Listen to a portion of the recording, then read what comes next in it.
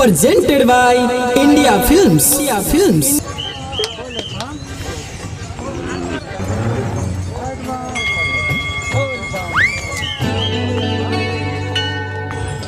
ए भैया काहे उदास वाला हो? का कोही रे देखना बड़ी लाइन लागल बा। लाइन लगल बा तो दा ना तू है भिरिया में दल दढ़ा दो। उजा जल चढ़ता कि भांग चढ़ता? आथा बुझ गई नी यही थे थावन में बाबा बाबुलाई लहलन। अरे तो एकर कोनो उपाय बा? बानू इनता ते दो थल दली पियावे ते परी। का रे? अब थू ना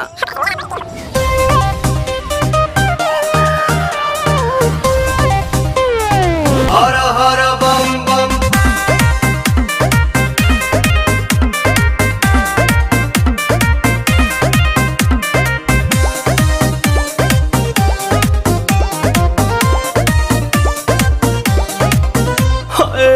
टेंशन में रहतानी काहे भोले दानी अभांगा जा छोड़ दी साफा लइकन के कहल मानी ताजा ताजा लाइल बानी अखिया खोली देख ली ना पीली पुदीना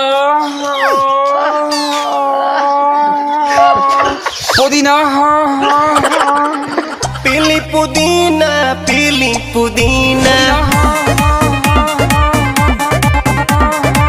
सावन भरही असो भंगिया के बिना। रे बबिया ना पिहन का रे? लोता ना भैया हम पियावा तनी। हाँ पिया।